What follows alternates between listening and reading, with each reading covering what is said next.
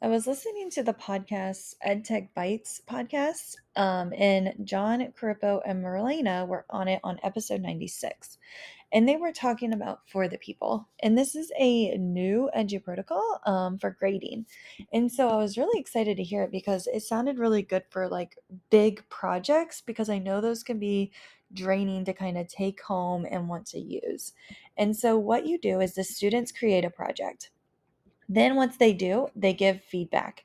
So it's peer feedback, and that's kind of their grade. And so right here, the process is students work in maybe 4 or 5 groups. There's no names on the posters. It's all graded by kind of like numbers. So right here is like a Google form, and John has an example of a Google form too in his slide deck. And so you have this Google form for student feedback. Again, there's no names on the posters, it's just numbers. And so students would go in here, they'll type their name, they'll also put what video number or what poster number or whatever. And you could just use a Google slide for this. You could use maybe a post-it note on their poster, whatever kind of project. You can get really creative on how you want to give out those numbers. And then every student reviews and gives feedback on 2 of those different groups. So this is peer feedback, and they fill out this Google form for about 8 kids. So again, if I hit preview, students will fill out this information. You will also probably want to collect the email addresses, but students go in and they rate it. They give up poster art, they give up perfection, they give one thing they really like and one thing they would change. So they're providing really detailed feedback to their classmates.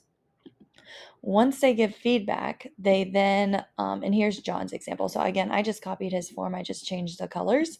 So totally stole his idea and stole his form. So then the thing is, students kind of work. So again, they're looking at all these different posters. They're walking around the room. They have their Google form out. They're making those, giving that feedback. And then here's kind of the feedback. You can see all of the different posters here.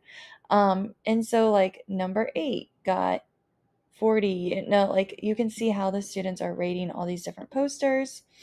You then get a Google Sheet.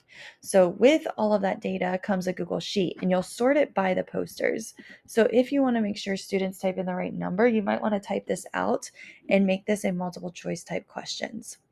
The students will need to refill out the same Google form for every single poster they view. But again, you'll want to do multiple choice and then allow the kids to click.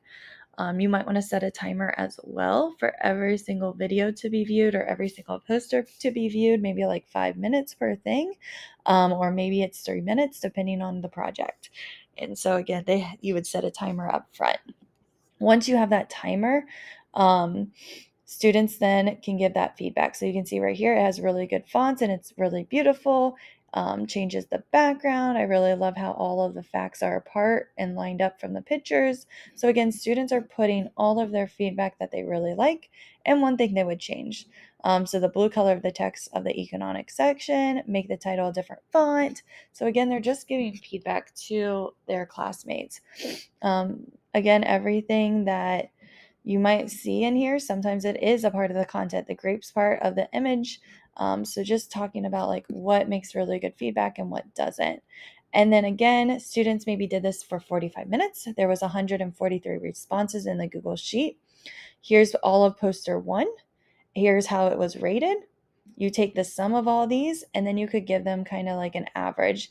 You could decide if you want to overwrite that grade or if you want to keep it, depending on how the student performed. But again, you're able to kind of go in, see how they did, and give them that feedback to their classmates. And again, you can override anything, and you share those comments without any student names, and students have a chance to look over their feedback, maybe make corrections, and then they can really start to wonder, like, how did I do on this project? So giving them that feedback at the end is huge. So just a quick recap, students open the form, they visit 4 different posters, then they switch groups, and then they give and get feedback. So I just love this idea that John provided for the people.